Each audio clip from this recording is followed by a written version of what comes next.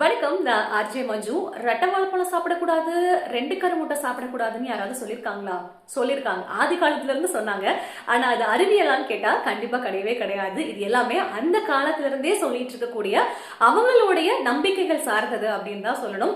அது மட்டும் இல்லாம நிறைய பேர் என்ன சொல்றாங்கன்னா, அந்த ரெட்டை வாழைப்பழம் எல்லாம் சாப்பிட்டோம் அப்படின்னாவோ அல்லது 2 கரு இருக்கக்கூடிய முட்டை சாப்பிட்டோம் அப்படின்னாவோ உடல் நலத்துல வந்து ஏதாவது பிரச்சனை வந்துரும். அப்படியும் இல்லைன்னா ஒரு பெண் பிள்ளைகளும் அதை சாப்பிடுறாங்க அப்படின்ற பட்சத்துல 2 குழந்தைகள் உருவாக்குறதுக்கு வந்து வாய்ப்பு இருக்கு. பிறக்கக்கூடிய குழந்தை வந்து ட்வின் பேபியா வந்து பிறந்துருவாங்க. இன்னும் சில பேர் ரொம்ப எக்ஸ்ட்ரீமா போய் என்ன சொல்லுவாங்கன்னா, இது வந்து அதிர்ஷ்டம், இது துரதிர்ஷ்டம் அப்படின்ற மாதிரிலாம் கூட சில பேர் சொல்லுவாங்க. ஸோ அப்படிலாம் எதுவுமே கிடையாது. நம்ம நார்மலா சாப்பிடக்கூடிய வாழைப்பழம் இருக்கு இல்லையா, அதுல என்ன ஊட்டச்சத்துக்கள் இருக்கோ அதே ஒரு ஊட்டச்சத்து அப்படின்றது தான் பாத்தீங்கன்னா இந்த ஒரு வாழைப்பழத்திலுமே கூட இருக்கு.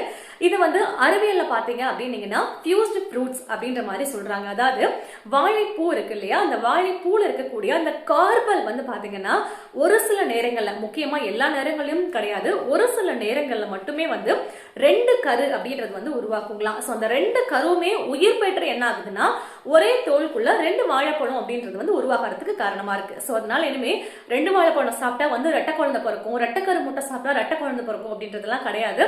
இப்ப வரைக்கும் எந்த ஒரு அறிவியலுமே அதை ப்ரூவ் பண்ணல. சோ இந்த வீடியோ உங்களுக்கு பிடிச்சிருந்தது அப்படின்னா லைக் பண்ணுங்க, கமெண்ட் பண்ணுங்க, மறக்காம சப்ஸ்கிரைப் பண்ணுங்க.